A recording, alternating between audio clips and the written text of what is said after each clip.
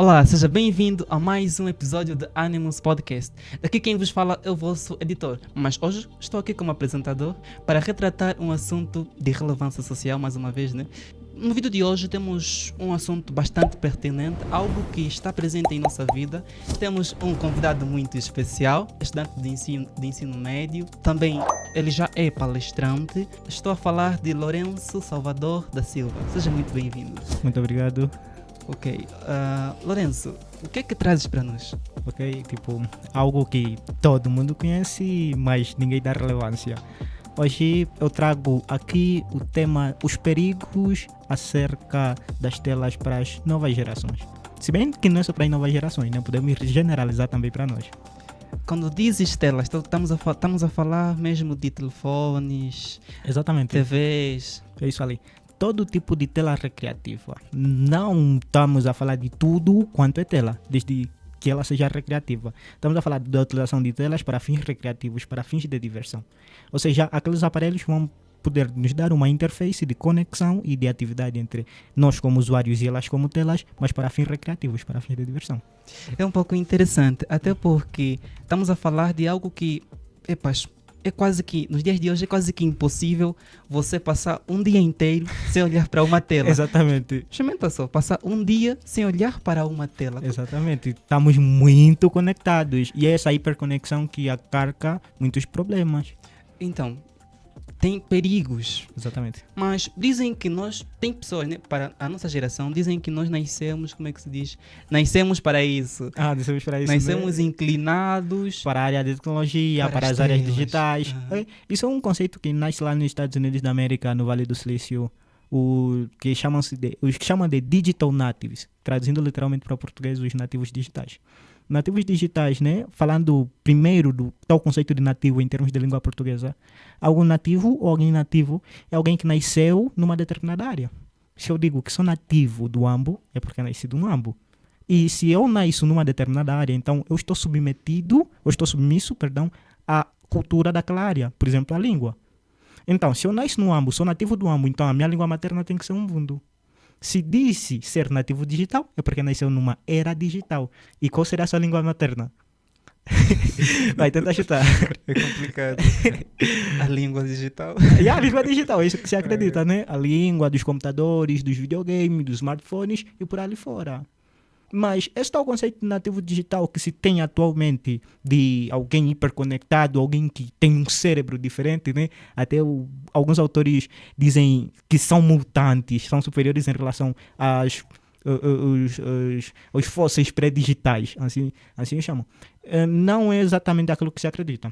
Geralmente caracterizam eles de três formas: pela capacidade de desafiar, pela capacidade de fazer trabalhos coletivos com outras pessoas e pela impaciência. Ok. Disseste daqui das características. O que é isso? Capacidade de desafiar. Okay. Zapear seria literalmente alternar de canais sucessivamente. Então, do tipo, você abre a TV, o Netflix, e você está à procura de um filme que demore pouco tempo.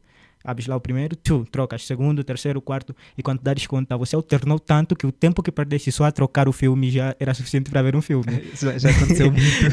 Mas só que não falam dessa perspectiva, né? Falam na perspectiva de... relacionam o zaping ao multitasking, ou seja, a capacidade de fazer várias coisas ao mesmo tempo. Ele alterna entre muitos canais e ao mesmo tempo realiza muitas tarefas. A vida me dando um tapa. Okay. Temos os nativos digitais, certo? Uhum. Mas também aparecem aí os imigrantes digitais. É a mesma coisa? Tem diferença? Não, né? Tipo, temos ali o digital, vamos ainda colocar a parte, tal como fizemos no início, definimos primeiro o nativo. Imigrante é aquele que entra num país como sendo estrangeiro. Então, se é imigrante digital é porque ele entra na era digital como sendo estrangeiro. São pessoas que nasceram antes dessa toda a proliferação digital e agora estão entrando no mundo digital. São pessoas de lá, da década de 80, por exemplo, que hoje começam a utilizar computadores, celulares, as TVs e por ali fora. Do tipo, eles não nasceram propriamente na era digital, mas eles encontraram a era digital, se apaixonaram pela era digital e começaram a mergulhar nessa coisa, utilizando os aparelhos digitais. Dá para dizer uma data para o início da era digital? Dá para dividir? Aqui era digital, aqui não. Aqui não. Ok? É possível dividir, né? Porque os tais próprios nativos digitais também são os da geração Z. Os centrationals, são assim chamados em inglês. Tipo, em termos de sociologia, dividem-se a geração de 15 em 15 anos aproximadamente. Então, para pessoas que nasceram de 1995 a 2010, que no caso são a geração Z, são esses que nós vamos considerar de nativos digitais. A geração antecessora, a geração Y, chamados de Baby Boomers, por exemplo, que nasceram de 1980 a 1985, é que são os maiores imigrantes digitais que nós temos nesse momento. Só que temos que ter aí em conta alguma coisa. Aquelas características supracitadas são o que se tem, o que a mídia geralmente transmite. Até recentemente li um artigo que falava acerca disso, prontos, né? Olha, me deu um pouco de nojo, tenho que admitir. Porque ele meio que fala dos nativos digitais como sendo uma super espécie, como se fosse um ser humano super evoluído. Nós, como seres humanos, nosso cérebro levou milhares e milhares de anos para evoluir. Agora, acho que seria muita estupidez acreditar que em 15 anos o cérebro humano poderia, meio que explodir, atingir o pico da sua evolução. Aquelas características é o que a mídia apresenta, mas não o que realmente é, quando comprovado pela literatura científica. Ok, muito obrigado. Ok. Voltando aqui um pouco, também há conceitos, temos, por exemplo, pais que são muito ocupados e acabam deixando as telas desempenhando papel de babá. Okay. Temos casos de crianças que, se ela tiver a chorar, a solução para o pai, para que não tenha mais aquela frustração de pegar a criança, nanar a criança e tudo mais, ele simplesmente entrega um celular à criança e ela para de chorar. Oi.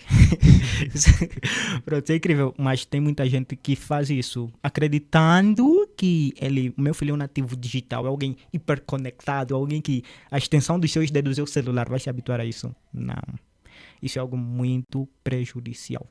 Como é que a criança pode ser afetada por causa de usar sempre a tela como um refúgio, como uma babá? Ok, as babás digitais. Olha, eu gosto muito de citar um autor, Michel Desmurger. Ele já trabalhou em grandes centros como o MIT, Massachusetts Institute of Technology, e também trabalhou na Caltech. E ele estuda muito neurociência cognitiva. Num dos seus maiores livros, intitulado de A Fábrica de Cretinos Digitais, ele meio que data o tempo de utilização de telas recreativas para crianças com menos de 24 meses, com menos de 2 anos. E ele vê que, em média, essas crianças perdem cerca de 50 minutos por dia. E quando foram falar com os pais, os motivos eram mesmo esses. É para a criança ficar tranquila enquanto eu vou trabalhar, enquanto eu vou no shopping e tudo mais. Mas é que nós temos que ter em conta da perda que essas crianças sofrem.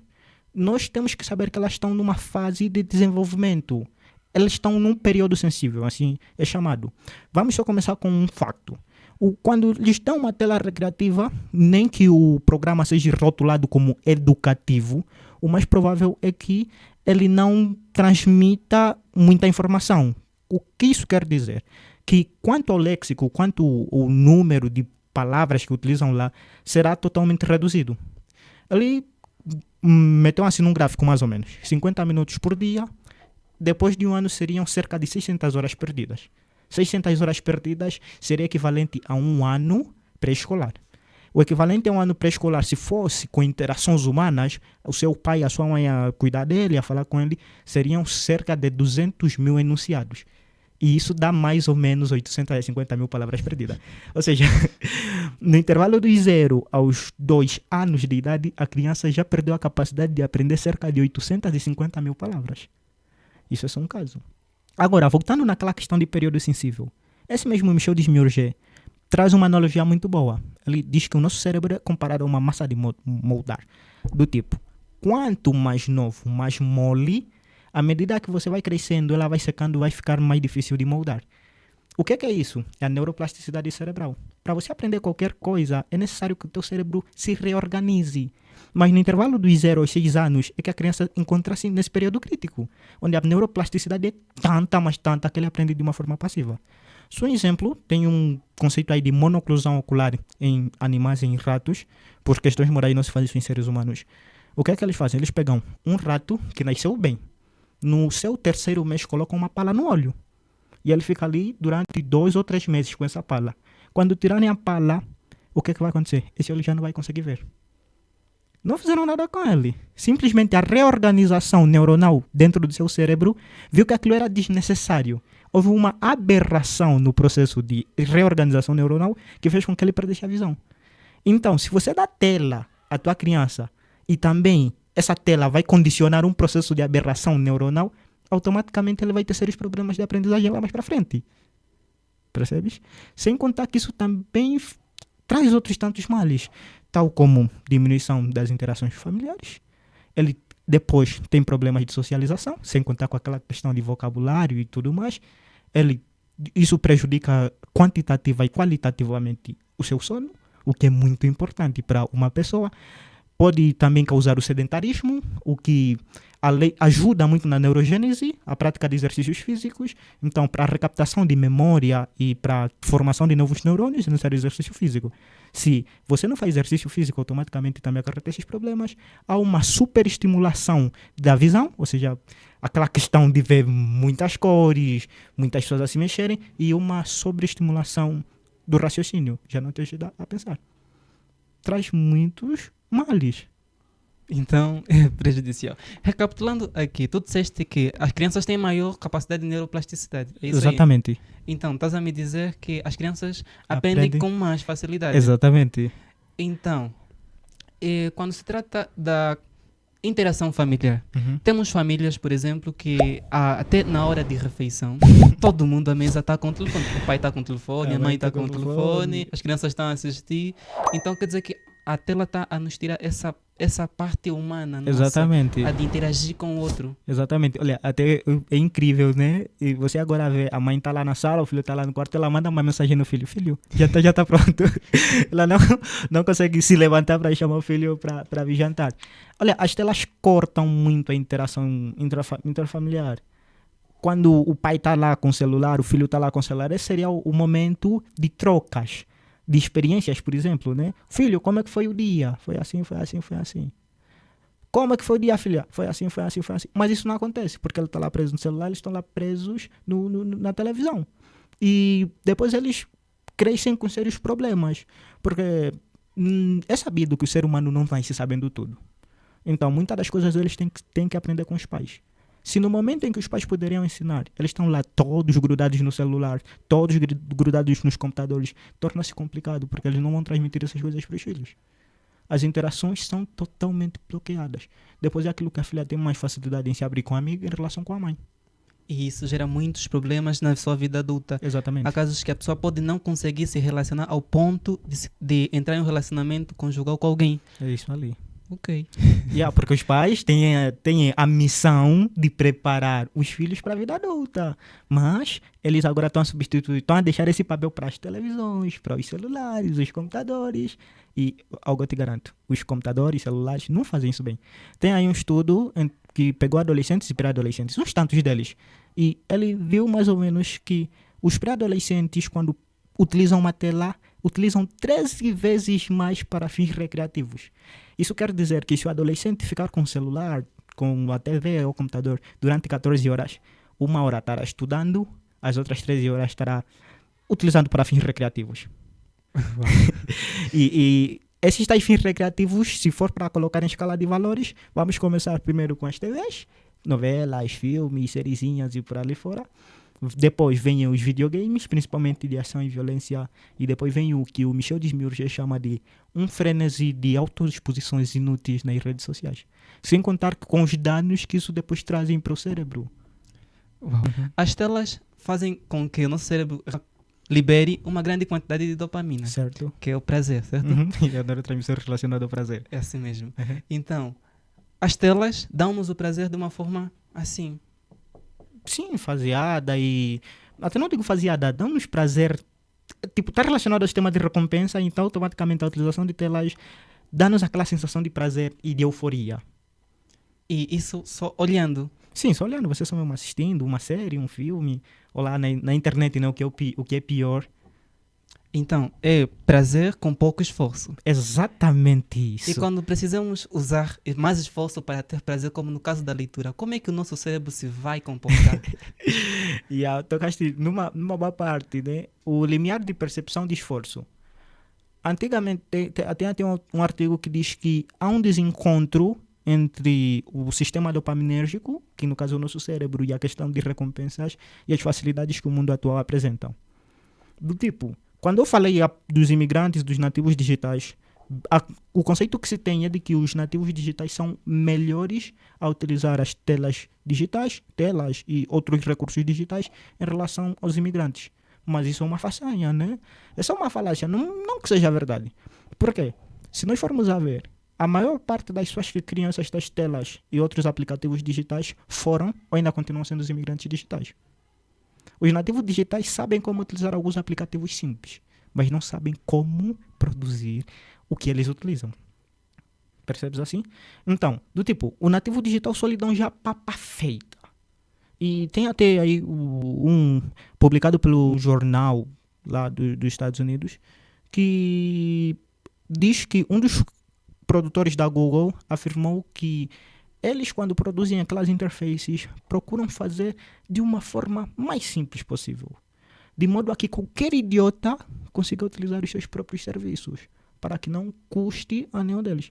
E aquele conceito de neuroplasticidade que eu apresentei há pouco tempo utiliza uma forma, meio que eu posso dizer, de custo-benefício. Quanto maior o custo, maior o benefício. Então, se for muito fácil, automaticamente o benefício é nulo.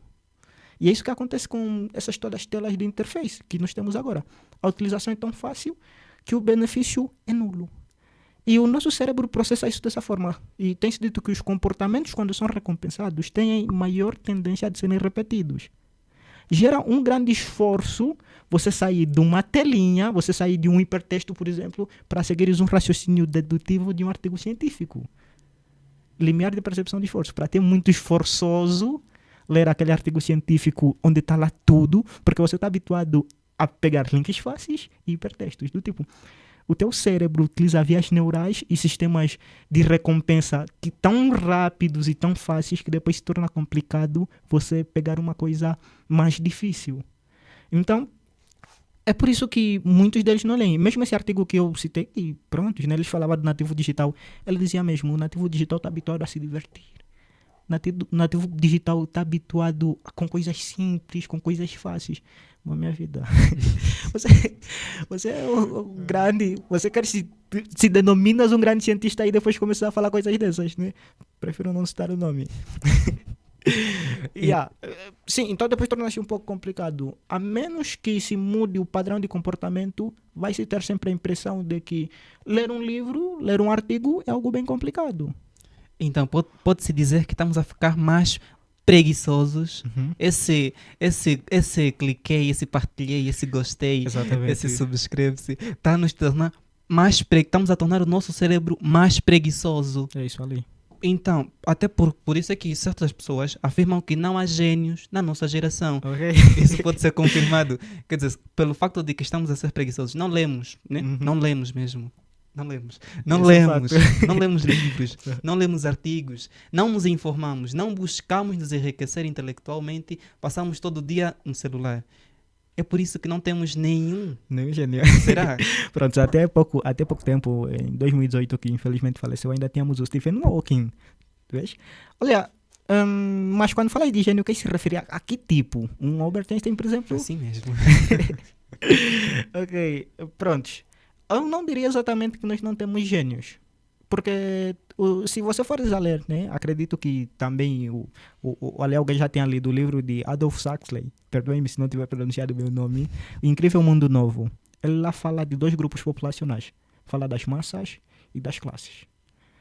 As massas são aqueles que nem nós, que pronto, né, são tais preguiçosos e não gostam de ler. E eles vão sempre ficar aqui na mediana, a mediocridade. E terão as classes que estão lá em cima. Se eu afirmar nesse momento que não existem gênios, eu estaria a cometer um pecado, se assim podemos dizer.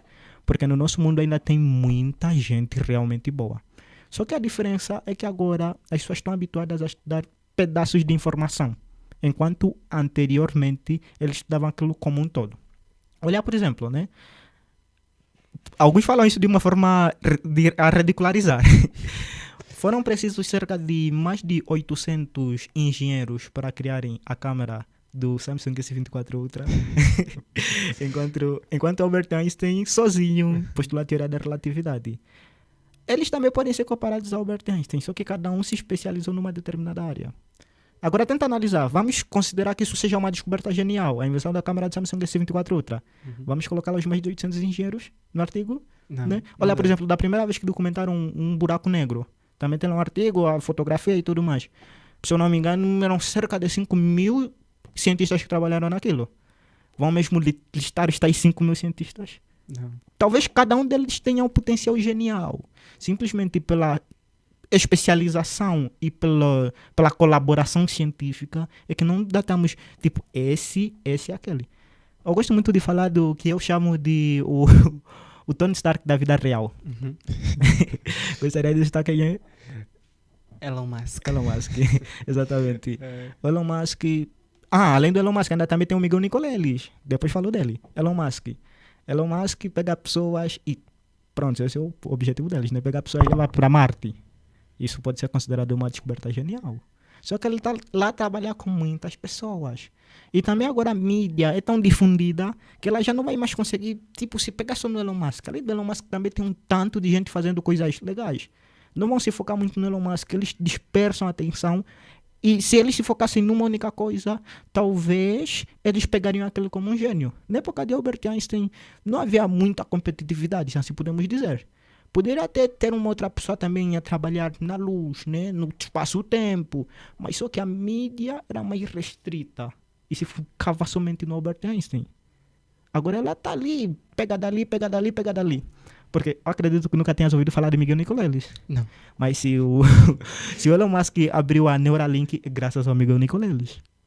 Porque o Miguel Nicoleles é que fez a descoberta, né, de que é possível conectar diretamente o cérebro a um corpo robótico.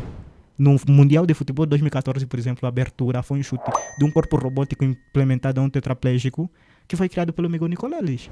Ele, só a partir do pescoço para baixo, ele não conseguia mover. Meteram ali um corpo robótico, ligaram a medula espinhal direito para o sistema nervoso central, consegue mover o corpo. Ok, tudo bem. Estás a dizer aqui que existem gênios, mas eles estão apenas estudando por partes e não estão a ser assim tão divulgados. Exatamente. E são muitos também agora. Mas, Aham. aí um porém. O que se pretendia é que se naquela época que existia o Albert Einstein e que estás a dizer que pode ser que agora ainda existam pessoas com a mesma capacidade de Albert Einstein, não achas que não estaríamos neste pé de evolução que estamos agora? Não estaríamos Pronto. muito melhor? Olha, vou relacionar isso com análise das três feias, eu gosto assim de chamar. Vamos supor que 3 raparigas feias estão andando, né? Aham. E eu digo que a do meio é a mais bonita. 2 questões. O fato dela ser a mais bonita faz com que deixe de ser feia? Não, O fato de ser feia faz com que deixe de ser mais bonita? também não. Também não. Temos gênios. O fato de serem gênios faz com que deixem de ser melhores, ou não melhores, acho que é melhor assim dizer. O fato de serem gênios faz com que deixem de ser não melhores que Albert Einstein. Não, O fato de serem não melhores que Albert Einstein faz com que deixem de ser gênios. também não. Também não. Há gênios, só que talvez na mesma proporção que Albert Einstein, não. Percebes? É extremamente inadequado nesse momento dizermos que nós não temos gênios. Temos gênios. Talvez não na mesma proporção que Einstein, mas temos gênios. Percebes? Tipo, nós estamos num mundo onde tem muita gente que não se preocupa com seu raciocínio. Tá vendo? Eles não desenvolvem essa parte. Eles até tem um escritor, é o Rogério. Esse é angolano até. Ele diz, estamos num mundo de vivos, mas vivendo das ideias de homens mortos. Atualmente ninguém se dá o trabalho mais difícil que é o trabalho de pensar. E aqueles que fazem-no com uma certa dificuldade. Uau. Ok. Parando aqui de falar de gênios, voltando um pouquinho para aquilo que é o nosso tema. Bem, ainda nesses gênios, os ditos gênios da nossa geração, como o criador, ou como Elon Musk, o criador do Facebook, ou por aí fora, Certo. há quem diga que estes que tanto criaram essas redes sociais que para nós são tão viciantes, são as pessoas que literalmente não usam.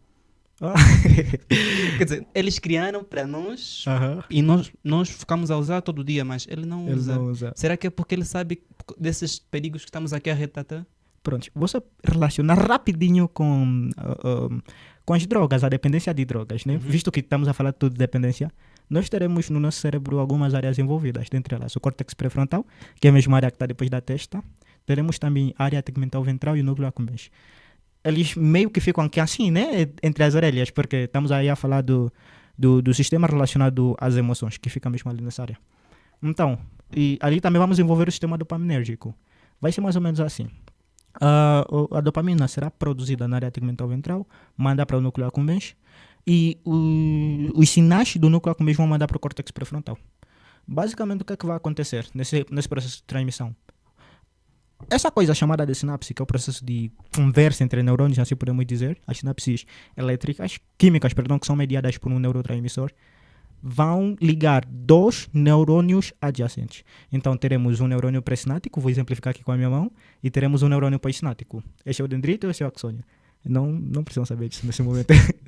Então, vai ser mais ou menos que esse neurônio vai liberar neurotransmissores para esse aqui. É o processo da sinapse normal. Estamos a falar da dopamina, que é o neurotransmissor ligado ao sistema de recompensas. Manda, e ele sai daqui, é aqui encontrar receptores. A partir nesses receptores ele vai trabalhar. Mas só que esse neurotransmissor aqui, dopamina, vai ficar por pouco tempo, porque a sua atividade é limitada por 3 elementos. O primeiro, eles podem meio que se dispersar depois na fenda sináptica, trabalharam, prontos, agora vão para outro sítio. Segundo, eles são enzimaticamente degradados. Eles ficam aqui, depois vem uma enzima que elimina eles. E terceiro, eles são recaptados para o neurônio pré-sináptico, por um processo de endocitose. Mas só que quando você metes aí uma droga, ela vai impedir essa porta aqui, a porta fecha. Então, o neurotransmissor que estava aqui a trabalhar quando quiser voltar, vai encontrar a porta fechada. Então, ele vai voltar para o neurônio pós-sináptico. Então, se a sua atividade era de 1 milissegundo, por exemplo, ele agora vai dobrar. Vai trabalhar por 2 milissegundos. Então, ali dá aquela sensação de euforia. Por quê? Porque o neurotransmissor está aqui a estimular mais esse neurônio pós-sináptico. Aqui tem um mecanismo químico que impede com que ele seja recaptado. Mas as redes sociais fazem algo semelhante. Simplesmente a diferença é que já não será com tanta intensidade. Aquele neurotransmissor também vai trabalhar mais. E por que você vai gerar dependência? Porque esse receptor aqui vai chegar a uma altura que vai ficar cansado. Quando ele ficar cansado, ele vai meio que internalizar. Então, hipoteticamente falando, aqui tem 4 receptores de neurotransmissor. Cada neurotransmissor, por exemplo, manda 100 mV, assim ao todo, mandam 100 mV. Se são 4 é porque cada um em 1 milissegundo manda 25 mV. Né? Um pouco técnico, mas pronto. Né? E quando eles internalizarem, vão só sobrar 2. Esses 2, como conseguem mandar a mesma quantidade, em 1 milissegundo vão mandar agora 50 mV. O que quer dizer que para você ter a mesma sensação que ontem, vai ter que fazer o quê? Dobrar a situação. Se ontem fumaste um maço de cigarro, né, de maconha, hoje vais ter que dobrar para conseguir a mesma situação através daqueles receptores de neurotransmissores que internalizaram. Isso é uma situação hipotética, porque demora mais e os dados não são bem esses. Com a internet acontece a mesma coisa. Esse sistema de recompensa, o sistema dopaminérgico, é muito frágil. Então, é bem comum que ele meio que trabalhe um pouco mal, se assim podemos dizer, né? Um dos bugs do nosso cérebro. Então, por esse processo, você também vai também adquirir dependência das redes sociais. O processo de dependência é o mesmo, tanto para a química quanto para as redes sociais. Só que, nesse processo de dependência química, pelo facto de que eles utilizam mecanismos químicos, eles utilizam já diretamente, esse aí vai fazer isso, esse vai fazer aquilo, que dá num pico mais alto, nas redes sociais já será menor, mas mesmo assim vai fazer adquirir dependência. Pelo fato de eles saberem isso, na maior parte das vezes eles não fazem utilização daquilo que eles próprios criam. Porque eles sabem que não traz nenhum benefício. É do tipo, eu vou criar algo que, através também de uma outra coisa aqui, chama-se Machine Learning, aprendizagem de máquina. Isso vai ser mais ou menos, a máquina aprende contigo, aprende os teus gostos. É por isso que ela vai sempre te dar aquilo que você gosta, aquilo que você necessita. Olha, por exemplo, para o TikTok. No TikTok, se você é alguém que só vê vídeos de futebol, é bem pouco provável que você encontre dancinhas. Ele só vai te mandar vídeos de futebol. Exatamente, porque é aquilo que você gosta, é o machine learning. Isso ainda aumenta mais na liberação dopaminérgica, manda para o córtex pré-frontal. Isso tem aí a diretora do NIDA, a Nora Volkow, que também estudou muito isso. Baixa o metabolismo do córtex pré-frontal, que está relacionado à questão de planejamento. Ele é que seria um travão, tá sabendo? Do tipo, já não vou mais utilizar rede social. Mas como baixa o metabolismo, então baixa também a sua capacidade de funcionalidade, então ele agora aí meio que perde força, já não consegue mais falar, não utiliza mais. você só utiliza. Depois vem aí a amígdala, que também está envolvida nesse processo, e você não consegue travar, e você torna-se dependente. Depois só dá aquilo que você gosta. Então, cria algo que vai te tornar dependente e que, em termos de benefício, não vai te dar nada. Por quê? Você perde aí tempo nas redes sociais. Tempo esse que você poderia utilizar para fazer algo enriquecedor. Algo enriquecedor como música, tocar um instrumento musical, fazer deveres de casa. Você perde sono. Viver em si. Viver em si. Então, até tem um jornalista, Erner, não me lembro bem do primeiro nome, Erner. Ele diz, a moral da história é a seguinte: deem telas aos vossos filhos, que os criadores das telas vão continuar dando livros deles. É do tipo, eu sei que para o cérebro do meu filho desenvolver, eu tenho que lhe dar um livro, porque aquilo é que vai exercitar o cérebro dele. Mas por uma questão econômica, por uma questão de que eu estou a ganhar dinheiro, eu vou continuar dando telas aos filhos dos outros. Por quê? Porque eles gostam daquilo. Por quê? Porque o cérebro deles não consegue resistir àquilo e aquilo não lhes dá nada de bom. Olha que isso só me deixa mais rico. Só me deixa mais rico. Muitos autores do Facebook, Google, Twitter, eles próprios, principalmente os que saem dessas empresas, chegam a afirmar que eu não dou isso aos meus filhos.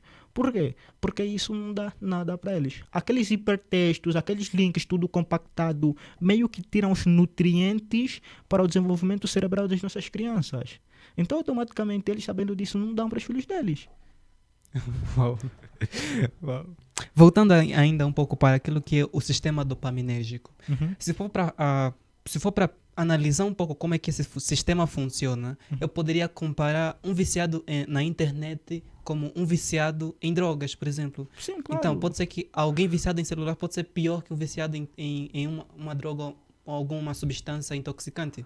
Mas pior em que aspecto? No sentido de mais utilização, no sentido de prejuízos? No sentido de mais utilização. Porque também tem aquela famosa síndrome do toque fantasma. É quando a pessoa sente como se o telefone estivesse sempre... a pessoa sente, até chega ao ponto de sentir comichão. Exatamente. Porque acha que o telefone está chamando. Quer dizer, tem uma notificação aí, tem uma mensagem, tem algo a dizer aí. Ok. Tipo, basicamente ele chega, né? Porque tem pessoas que são consumidoras de drogas, mas conseguem se controlar. Mas em contrapartida, tem pessoas que utilizam redes sociais e tá mesmo mal, não conseguem se controlar. É tipo, pelo fato de ele utilizar o sistema dopaminérgico e utilizar muito bem, ele consegue se adaptar às tuas necessidades e consegue te fazer tornar viciado. Tem pessoas que passam noites em claros através das redes sociais. E principalmente, falo muito das redes sociais, por quê? Porque as redes sociais têm uma recompensa direta, se assim podemos dizer. Né? Em comparação a uma telinha, você estás a ver um filme, pronto, é compensador. Ali até o sistema dopaminérgico, áreas límbicas, blá blá blá, aquele processo todo, torna-te viciado. Mas nas redes sociais, quando você, por exemplo, entras lá, encontras um low, encontras um like, você postas uma selfie, boa de like, boa de adoros. Então, o teu sistema dopaminérgico explode. Meio que há dois tipos de liberação dopaminérgica. Tem uma mais forte em relação à outra. Então, você está lá, para você beber água sequer, você precisa de dopamina no teu cérebro. Precisas que haja a produção de dopamina, precisas que essa dopamina chegue aos sinais dela, pelo menos no córtex pré-frontal, planeja um comportamento e você vai beber água. Essa é uma liberação normal. Mas quando você vê, por exemplo, um like que você não esperava daquela garota, que você nunca achou que iria meter like na tua selfie, aí meio que ela explode já, como se fosse uma bomba, tá vendo? Há muita liberação dopaminérgica. Isso sim é que é prejudicial. Porque visto que há muita liberação dopaminérgica, aí haverá muita atividade dessa própria dopamina. Haverá maior sensação de euforia. Você vai ficar super feliz. Sem motivo, super feliz. E o que acontece? Aí haverá mais despolarização dos teus neurônios, aí haverá mais internalização dos teus receptores de neurotransmissor, e aí haverá mais dependência. Hoje conseguiste o like daquela garota, amanhã quero o like de toda a turma. Você pode até não pensar isso diretamente, mas inconscientemente é isso que vai acontecer.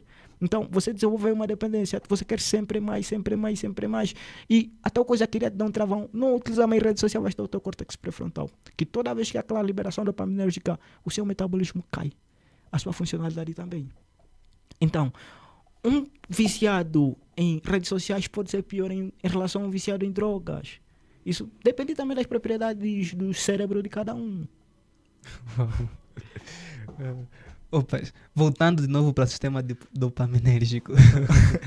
Bem, acho que a dopamina está muito ligada. Tá interessante. As telas estão muito ligadas às telas. É uma outra questão. Em relação ao sistema dopaminérgico, por exemplo, eu vi um artigo que ele dizia que nós somos a geração frustrada ou a geração depressiva, a geração angustiada, porque temos muitas espontâneas liberação dopaminérgica, né? temos constantes liberações do nosso sistema dopaminérgico que por vezes é desnecessário. Oi. Você já pensou como é que seria você rir da mesma proporção toda vez que você vê um meme no Facebook? Aquilo são memes atrás de memes. Então, segundo o artigo, nós somos estressados porque vemos muitos memes ou porque estamos sempre contentes. Sempre será contentes. será que o excesso de dopamina, não sei, é prejudicial? É prejudicial, sim, porque, tipo, a dopamina nos leva a buscar coisas, né? Mas por ela estar relacionada ao sistema de recompensa, tudo que seja prazeroso, tudo que envolva uma determinada recompensa, seja lá de qualquer tipo, envolve a dopamina. A dopamina, você já abrir aqui um parênteses, não é tipo uma coisa que você recebe quando vês memes. Vamos considerar a situação do meme, né? Uhum. Muita gente considera que a liberação dopaminérgica ocorre quando você está a ler o meme, por exemplo. Está lá todo feliz, estás a ver o meme, e a liberação dopaminérgica não. Geralmente a dopamina é um neurotransmissor relacionado à antecipação. Naquele momento em que você está a preparar a realização da atividade, naquele momento em que você está a preparar e ver o meme, ou que você meio que constrói na tua mente, aí tem um meme, será algo bem legal, né? Eu vou ler isso. E algo que ocorre instantaneamente, você nem consegue dar conta de que isso acontece.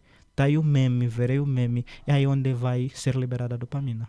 Não ao ver o meme. Comida, por exemplo, tem aí um estudo feito na década de 90 com camundongos, e meios que eles botaram um monte de eletrodos na sua cabeça para ver a atividade do sistema dopaminérgico. Eles colocavam o rato numa cela e colocavam ali um pedal.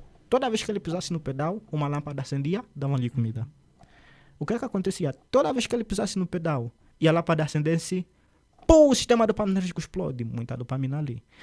Enquanto ele comia, nem tanto. Depois, meio que mudaram. Ele pisa no pedal, a lâmpada já não acende. Não há dopamina. Mas ele tinha que pisar no pedal 2 ou 3 vezes para que a lâmpada acendesse. Tem que ser 2 ou 3 vezes consecutivas. Assim que ele visse que a lâmpada acendeu, pô, boa de dopamina. Então a dopamina é um neurotransmissor ligado à antecipação, não exatamente à recompensa como tal. Agora, essa questão de nós estamos sempre a liberar dopamina, sim, é muito prejudicial. Influencia para o estado em que nós nos encontramos. Por quê? Essa questão mesmo de antecipação influencia em algo bem importante, que é o seguinte: nós estamos a considerar a exceção como a regra. Por que eu digo isso? Porque se nesse momento você ir para o Twitter, por exemplo, ou o Instagram, duvido que você vai encontrar lá alguém que está a postar que largou o namorado. Todo mundo só posta a vida feliz. Quer dizer, ele está feliz sempre. Ele está feliz. Todo mundo está feliz sempre. E eu, pelo contrário, a minha vida não é tão legal. Tenho problemas. Tá sabendo? Então, a antecipação faz-te pensar: como é que todo mundo é feliz e eu sou o único triste? Tá vendo? E depois você começa a criar cenários na tua cabeça. Como é que seria se eu fosse rico, blá, blá, blá, blá, blá. Por isso é que também muitos autores dizem: essa é a geração que não quer estudar. Ele quer largar a faculdade, quer fazer um investimento, se tornar milionário com os 35 anos, tirar daí o pai da pobreza. E o que é que aconteceu aos 35 anos? Ele ainda mora com os pais. Tá vendo? Ele antecipou tanto o seu sistema dopaminérgico, o seu sistema de recompensas, projetou tanto um futuro improvável, que quando aquilo não acontece, ele fica frustrado. A depressão, são dois neurotransmissores que eu diria, como é que eu posso chamar, né? Um é o anti-outro. Né? A dopamina e a serotonina. Porque se a dopamina nos leva a buscar coisas, é o que está relacionado à antecipação para recompensas, a serotonina nos faz pensar que nós estamos legal com o que nós temos. Percebes? Então, se você... E eles têm quase o mesmo caminho, só que depois, em termos cerebrais, né? As zonas onde eles passam aquilo. A grade tegmental ventral, no accumbens, córtex pré-frontal. Só que depois aí a serotonina tem um caminho um pouco maior. Vai também para o núcleo sigiloso e por ali fora. Então, basicamente, o que é que vai acontecer? Se você tiver problemas com a transmissão de serotonina, aquela sensação que você deve ter de eu estou bem com o que eu tenho não vai existir. E o que é que vai prevalecer ali? A dopamina. Quero mais, quero mais, quero mais, quero mais. E quando aquilo não acontece, um comportamento quando não é recompensado gera frustração. O que os psicólogos chamam de recalcamento. Então, você quer mais? Queres mais? Procuras mais? Não consegues. Sempre memes, sempre memes, sempre memes. Parece que o mundo está cor-de-rosa. Quando você cai para a realidade e vês que o mundo não é cor-de-rosa, vai ficar frustrado. Tem mais água aí. Tem mais algo aí. Depressão, né? A depressão é muito associada à condutância mesmo da serotonina. Pessoas que têm problemas ali nesse sistema serotoninérgico geralmente apresentam maior predominância de terem depressão. Depois dessa comparação, o fulano, a fulana está sempre feliz, eu estou sempre triste. Essa exposição ao mundo. Essa exposição ao mundo, esse frenesi de autoexposição ridícula às redes sociais. Tá a ver? Então, você considera que a exceção é a regra. Você considera que aquele âmbito, aquelas pessoas todas felizes que são a regra, eu que estou fora, que estou desajustado. E essa constante, vamos chamar assim, esse constante bombardeamento de dopamina ou de serotonina geram disfunções cerebrais. Por isso é que isso está muito associado a alguns quadros psiquiátricos. Temos muitos adolescentes depressivos, ansiosos. Exatamente. Isso, a globalização, as telas influenciam nisso. Por quê? Porque a tal própria ansiedade, né, também é regulada pelo sono. Por exemplo, se você passa a noite em branco com o teu celular, automaticamente no outro dia traz menor controle emocional. Então, isso a longo prazo pode influenciar para você desenvolver um quadro de ansiedade. Espera, calma, Lourenço. Então, tu estás a me dizer que eu não posso dormir, eu não posso, antes de dormir, pegar no celular, eu não posso, antes de dormir, assistir, porque normalmente antigamente as pessoas liam para trazer uma sensação de conforto e depois cair no sono. Okay. Agora, as pessoas estão a substituir isso pelas telas ou pelo telefone. É totalmente inadequado isso. Tem aí. É totalmente inadequado. Tem o ciclo circadiano. O ciclo circadiano, né, é o ciclo que gira em torno de um dia. Basicamente é o teu relógio mental. No teu cérebro é como se tivesse um relógio. Do tipo, ele sabe que daqui para aqui serão 24 horas. Ele controla. E nesse período de 24 horas eu tenho que tirar tempo para dormir. Ali, isso é o hipotálamo, o órgão responsável pelas sensações. Dentro do hipotálamo tem o núcleo supraquiasmático, não é muito importante saber também, onde encontramos genes clock. Esse está genes clock, né? Relógio do inglês, é que regulam o ciclo circadiano. E no ciclo circadiano, o que é que acontece? Quando for hora de dormir, é inadequado que você tenha as telas. Por quê? Como é que o teu hipotálamo vai saber que amanheceu? Quando ele ver luz. Quando você se expor à luz natural, ele vai saber que amanheceu. Por quê? Porque ele está diretamente ligado à retina, ao olho. O olho é como se fosse a janela do teu cérebro. Ele vê a luz, amanheceu. Agora ele vai começar toda a cadeia de um processo de produção de proteínas, eliminação de proteínas, produção de proteínas, eliminação de proteínas, até quando ele vê, agora já deve ser a altura de ir dormir. E quando é que ele vai ver que é a altura de ir dormir? Quando você começar a sentir sono. E como é que se sente sono? Pela perda do alerta. O que é o alerta? O alerta é o inverso do sono. E como é que nós vamos perder o alerta?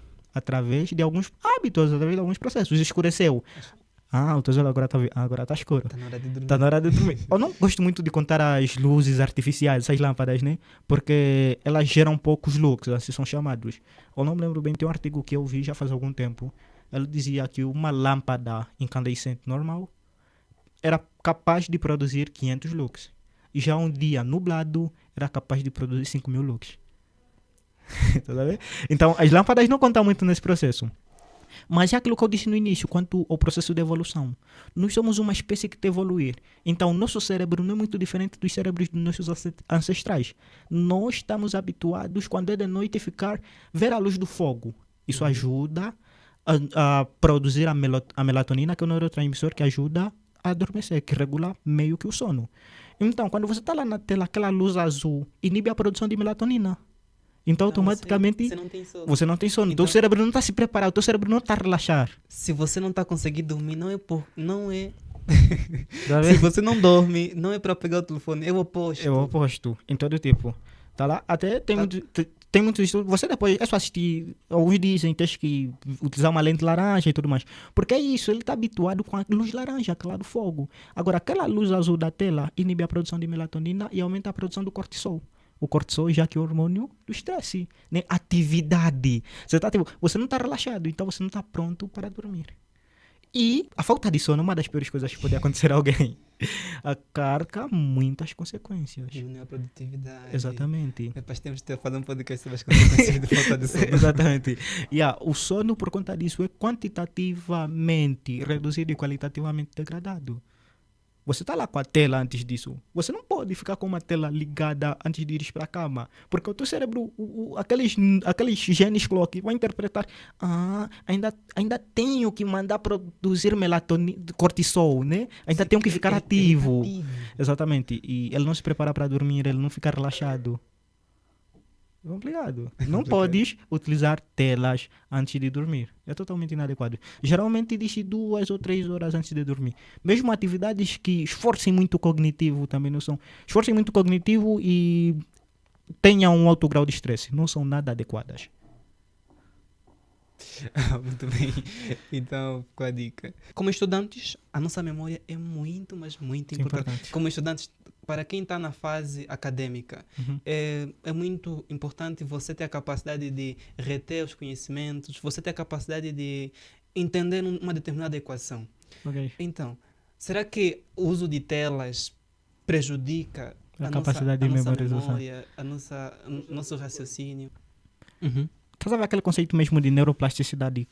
Quando eu disse no início, eu até exemplifiquei a monoclusão ocular, né, em ratos. Isso também acontece, por exemplo, com pessoas surdas de nascença.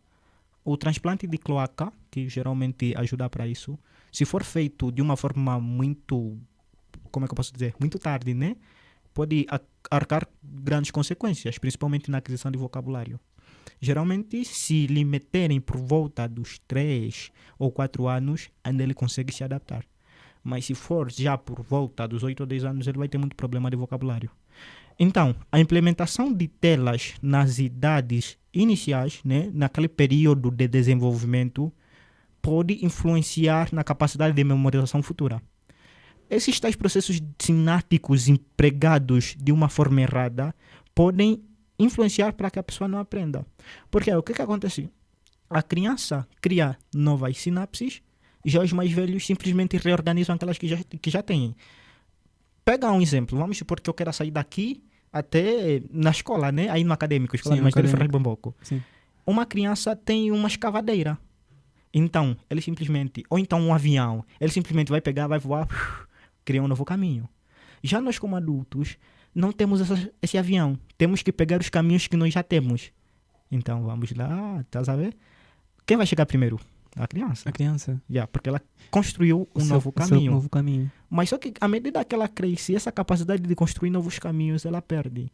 E são esses caminhos que codificam a memória. Uma rede de sinapses, que depois serão chamadas de engramas, vão codificar determinadas memórias. Então, se esses caminhos forem mal criados, depois vai ser... Imagina se numa arquitetura da cidade do Ambo, né, a planta fosse mal construída e tivesse um monte de becos sem saídas. Seria meio complicado mudar o que já foi construído. Exatamente, é isso que acontece. Se aplicarmos telas nas fases iniciais de desenvolvimento cerebral, a criança depois não vai conseguir reestruturar para que ela consiga reter a informação. Os processos de memorização são, sim, afetados. Isso já no início, quando são criados processos de conexão entre neurônios de forma errada. Já para nós, assim, né, os adolescentes, também. Porque é toda uma cadeia de coisas mais, assim podemos dizer. Porque vamos voltar, por exemplo, para o sono. A consolidação da memória acontece no sono. Velho, se você não dorme, você não vai consolidar a memória. Não vai conseguir reter nada. Quer dizer, você tem casos de estudantes que uma noite antes da prova, ele vai ler um fascículo de 60 páginas, antes de dormir pega o celular, não dorme, vai dormir umas 3 horas, depois acorda e quer fazer uma prova incrível. Não vai dar. Você precisa pelo menos 8 horas, né? Porque tem lá o sono leve, tem a primeira fase de adormecimento, a segunda fase sono leve, terceira fase sono profundo, quarta fase sono REM. Depois ficam a intercalar entre sono profundo, sono REM, sono profundo, sono REM. E é nesses períodos de sono REM, Rapid Eye Movement, rápido movimento do olho, né? Traduzindo literalmente, que a atividade cerebral fica lá no pico. Então, aí acontece a consolidação da memória. É do tipo, você escreveu, né? Vai, chegas na praia e meio que escreve escavas. Depois, nesse período, metem cimento. Aquilo fica totalmente duro. Agora, você através das tuas telas não dormiste, não vais conseguir consolidar. Né? E também esses processos de plasticidade, não plasticidade, aquele processo de internalização de receptores de neurotransmissores que eu já disse, eles não ajudam na criação de novos neurônios. Então, é a partir da criação de novos neurônios e novas sinapses que podem se criar novas memórias. Então, não dá. Esse aí é a depressão de longa duração. É basicamente o processo pelo qual esquecemos as coisas.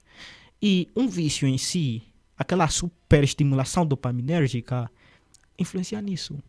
Então, se você está sempre com aquela superestimulação dopaminérgica, você acaba esquecendo as coisas e perdes aquela tua capacidade de memorização. As telas influenciam negativamente para a capacidade de memorização de uma pessoa. Bem, voltando aqui um pouco. Falando sobre as consequências físicas. Ok. Digamos que se eu for um adolescente e eu passo todo dia usando um celular, por exemplo, né? Fico todo dia com o celular na mão, olhando só para o celular. Será que isso traz algumas consequências para o meu corpo? Ok. Posso ter... Quais são as consequências, né, para o nosso corpo? Olha, quando nós falamos das consequências da excessiva utilização de telas, são muito amplas. Elas começam a partir do cognitivo, né, inteligência, e vão até o somático, que é esse aspecto que você está a falar, o físico. Eles passam ainda também no emocional, aquilo que já falamos, depressão e blá blá blá. Quanto ao quesito físico, há uma grande consequência. Vamos começar primeiro por falar pela possibilidade da aquisição da obesidade. É algo que acontece muito agora, né? É do tipo, pelo fato de eu estar hiperconectado, estou sempre com o celular, estou sempre com o computador, estou lá sempre numa tela, eu não tenho tempo de fazer exercício físico. E se você for a ver, é muito comum encontrar pessoas que não fazem exercício físico, sedentárias, dizem-se ser otakus, por exemplo, assistem muito. Ou são gamers, fazem muitos videojogos. Ou então, tá sabendo? O fato dela ser hiperconectada lhe impossibilita de fazer exercício físico. E o sedentarismo atua em muitos aspectos. Não só que ele vai depois engordar por conta da obesidade, mas também haverá uma redução da autoestima. Ele pode sofrer bullying na escola, ou seja, lá em qual grupo social ele estiver inserido. E a nível cerebral é ainda pior.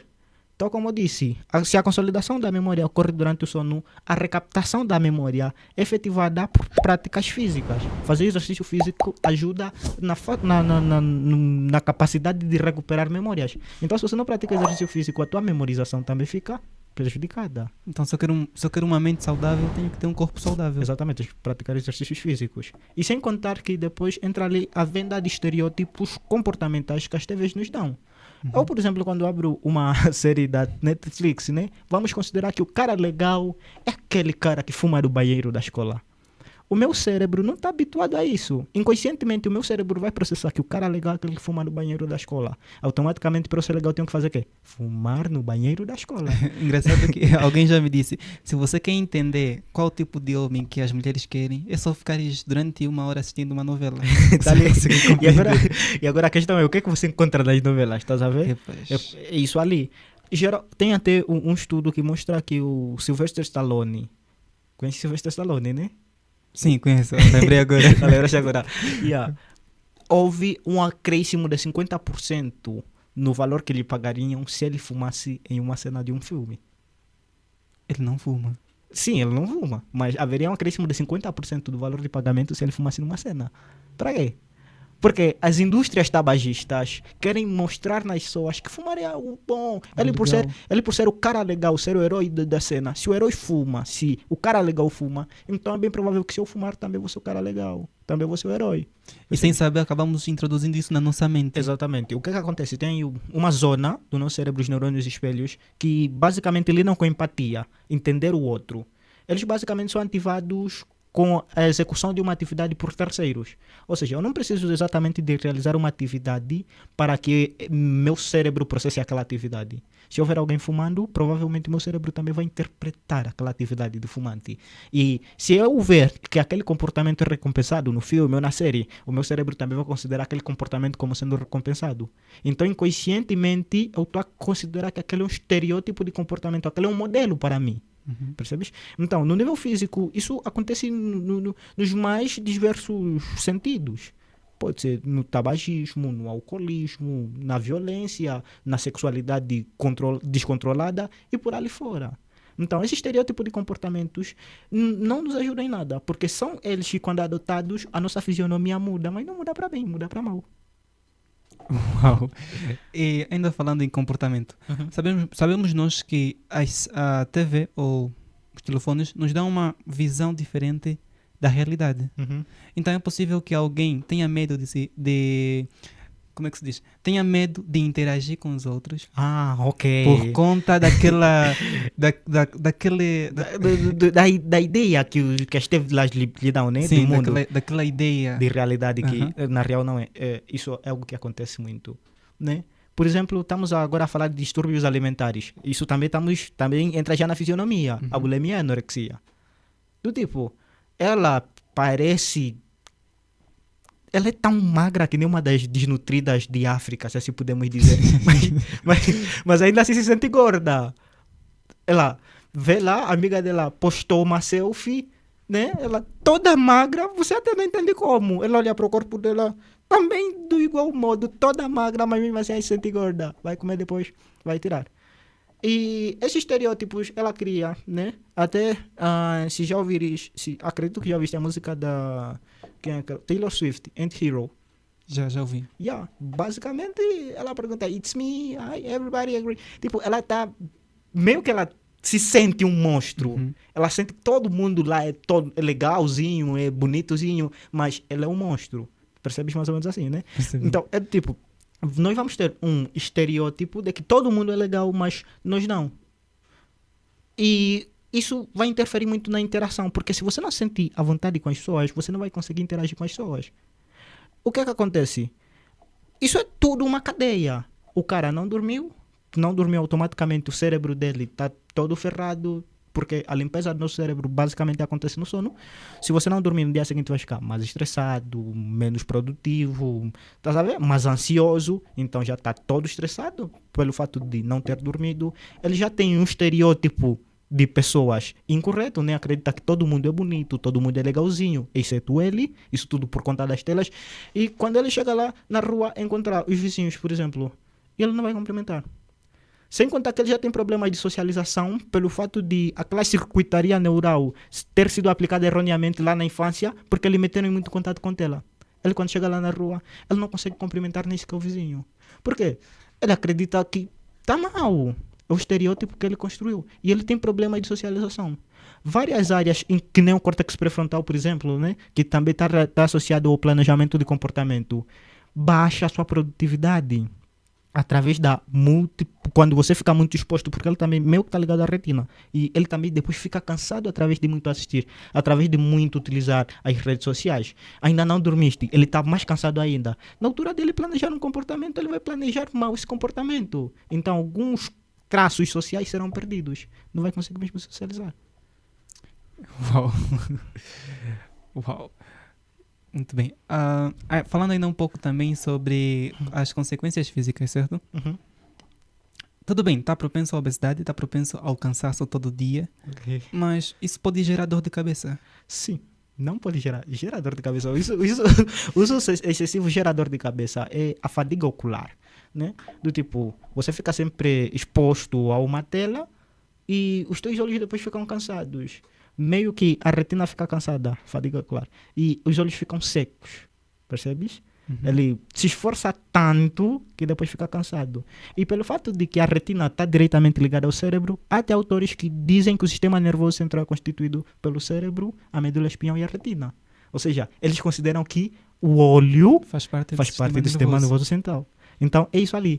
Você estás ali fatigando a tua retina, e pelo fato dela estar super conectada ao cérebro, ela vai transferir esse cansaço. Porque o teu processamento da visão em si tem que suceder a uma rede de conexão neuronal. Então, se você cansa a tua retina, você está cansando toda a rede. E se essa rede está no cérebro, isso mais especificamente no lobo temporal, então essa parte do lobo temporal vai ficar cansada e tem uma propensão a doer. Tá aí. Adolescente, todo adolescente está usando óculos, todo adolescente tem dor de cabeça e quer dormir cedo, quer dormir às 14 horas. Tá tudo explicado. Uau, Não, mas não começar a relacionar os outros. é grave. É grave. Há pessoas ou há artigos que tentam afirmar, é meio que um tabu, se o uso de telas pode provocar tumores cerebrais ou não. Ok. Quanto a esse aspecto, ainda não há um consenso entre a comunidade científica se o uso excessivo de telas causa ou não câncer. Por quê? Porque todos nós sabemos que o câncer é causado por um acúmulo de células que, pelo processo de mitose ou meiose, que é o processo normal de divisão celular, mitose, uma mesma célula dá para 2, meiose, uma mesma célula dá para 4. Se esse processo não for controlado, haverá uma proliferação de células. Ou seja, a célula que iria se expandir de uma determinada forma, né, vai se expandir de uma forma exagerada. Porque tem aí os genes supressores. Qual a função dos genes supressores? A função dos genes supressores é de controlarem a proliferação celular. Já a função dos oncogenes é de meio que... Os oncogenes trabalham para que a célula se divida, se reproduza, né, que haja proliferação celular. Só que essa proliferação celular tem que ser controlada pelos genes supressores. E esses genes supressores podem ser afetados por elementos externos, dentre eles a radiação. Um dos elementos que muito mata os genes supressores é a radiação, mas até agora ainda não se tem certeza se a radiação emitida por um celular, a radiação emitida por uma qualquer tela é capaz de matar os genes supressores no cérebro. Então não existe uma concepção. Um acordo entre a comunidade científica, né? Prova disso é que em maio de 2011 a OMS publicou um artigo divulgando que a utilização excessiva de celulares produzia o tumor cerebral. Mas só que 2 meses depois, eles revogam essa ideia por falta de provas concretas. Então é algo que está a ser estudado. Está a ser ainda, estudado. tá... Exatamente. Até o momento nós vamos dizer que não causa. Mas a ciência é dinâmica. É bem provável que novos fatos sejam descobertos e que comprove-se que causa. Mas até o momento não causa. Todas as ideias de que causa já foram refutadas. Ok, deixa-me ver se eu percebi até agora.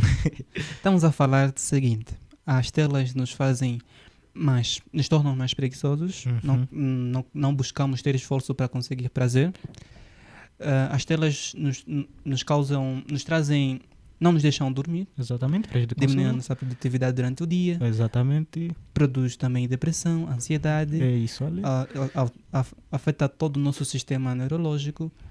Mas o perigo que mais me chamou a atenção a fazer a pesquisa, o estudo sobre este tema, é a que afirma que os filhos, pela primeira vez, estão nascendo mais burros que seus pais. Ou seja, a tendência desde sempre foi de que os filhos tivessem maior capacidade de raciocínio do que os pais. Só que isso na geração Z está a notar-se um grau de emburrecimento, se pode assim dizer. Né, tipo, isso começa lá em 96, 97, 98, na Dinamarca. Porque lá, para fazer a inscrição militar, é necessário fazer o teste de QI, coeficiente de inteligência. Então, a cada década, a cada ano, pessoas que entram lá começavam a fazer o teste de QI. Olha, o teste de QI é padronizado. Então, algumas coisas serão alteradas de acordo à evolução temporal. O teste de QI que o meu pai fez, por exemplo, é diferente do teste de QI que eu vou fazer. Mas pelo fato dessa padronização, pelo fato dele não ser estático, há uma forma de, como é que eu posso dizer, né? Conciliar, meio que adaptar o teste do meu pai a mim, ou o meu teste ao meu pai. Então, essa questão do coeficiente de inteligência aumentar a cada década foi chamada de efeito Flynn, dado esse nome graças ao psicólogo norte-americano James Flynn, que foi o primeiro a documentá-lo. Então, a cada década que passava, o coeficiente de inteligência aumentava em média 2,3 scores. Após a Segunda Guerra Mundial, a população que mostrou um maior crescimento foi o Japão, com 7,4 pontos de subida em termos de scores. Mas quando saímos da geração Y, aquelas supracitadas baby boomers, vamos para a geração Z, os nativos digitais, em vez do coeficiente de inteligência aumentar, o coeficiente de inteligência reduziu. Foi primeiramente documentado lá na Dinamarca por essa constância de testes e essa padronização. adaptam o teste do teu pai, por exemplo, para ti. Então vem aqui no mesmo teste em que supostamente aquela geração dos millennials, os baby boomers, tiveram um bom desempenho, atualmente os filhos caíram. Então por isso são considerados mais burros. Né? Nós não podemos atribuir toda a culpa às telas, porque o coeficiente de inteligência depende de muitos fatores. Temos a constante poluição, algo que também faz muito mal para o coeficiente de inteligência. Temos o conceito de educação, alimentação, o socioeconômico em geral. Mas as telas têm um grande papel.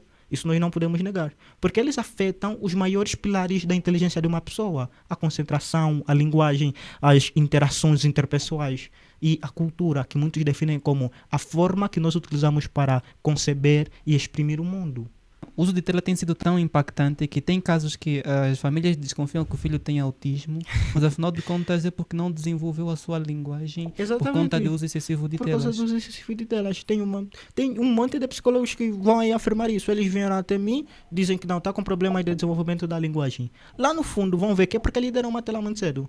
Na Inglaterra, por exemplo, os diretores dos maiores colégios ameaçam mandar a polícia e os serviços sociais para os pais que permitem que os filhos joguem videogames violentos.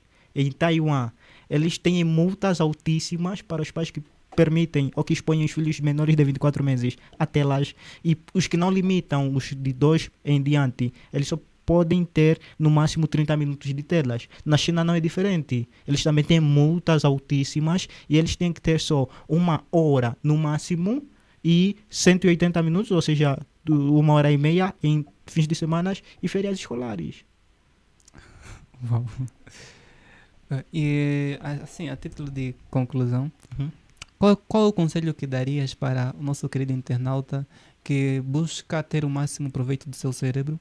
Alguém que quer mesmo realmente mudar o quadro, né? Okay. Não ser considerado mais burro que seu pai, nem que o seu antepassado. Okay. Conseguir saber que ele está no auge. Ok. Assim, eu daria 2 conselhos direcionados, aos adolescentes, que são os tais utilizadores, e outro aos pais. Primeiro para os pais, vamos começar assim, né? É assim, senhores, os filhos aprendem com exemplos. Nenhum filho vai aceitar deixar de utilizar o celular, por exemplo, enquanto o pai está hiperconectado.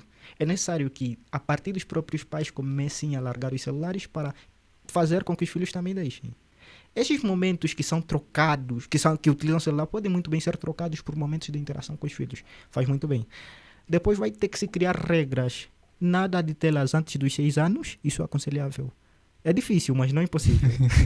Nada de telas antes dos 6 anos. E no intervalo desses tais 6 aos 18 tem que ser controlados.